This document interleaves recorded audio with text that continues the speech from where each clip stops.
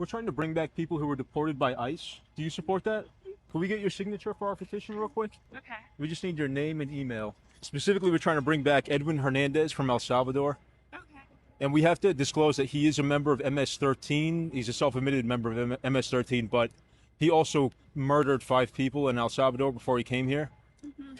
Uh, but we think he deserves a second chance, you know? Okay. Okay, thank you so much. I appreciate that.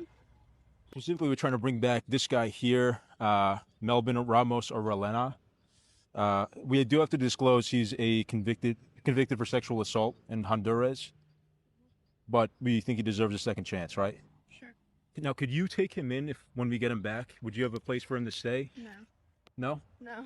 Okay, because he needs a place to stay when he gets back. You don't have any room? Okay. All right, no problem. Thank you. So you're telling me that the fact that you heard that this guy was convicted of such heinous acts, that doesn't ring a bell for you? Like that doesn't ring a bell in your mind saying that, maybe, if I'm gonna support illegal immigrants being here, maybe this is not the one I want to sign a petition for.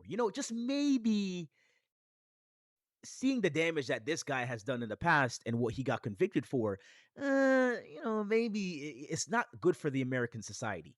But that just tells you everything you need to know. Most liberals and people on the left, they do not care about the facts.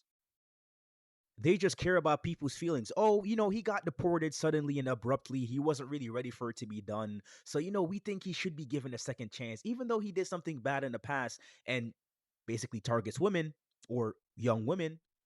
Eh, it's not such of a bad thing. It's not that bad of a thing, right? We can all survive from that. We can all come back from that. Having that in society and having people who do that out in the public, it's not the worst of our problems. And the irony at the end, right? The irony at the end. So if he came back to the United States, you wouldn't house him in your house because you probably have children or you probably have daughters who would be potentially in danger for this guy because we know he likes minors or he likes to sexually assault women. But it just so happens that in the American public, he would be fine though, right? He wouldn't dare SA a woman in public or just, being out in the American society and in the environment. So you won't house him in your house, but you want the American taxpayers to pay for this guy to come back to the United States and have a justified trial, whatever you want to call it. Incredible.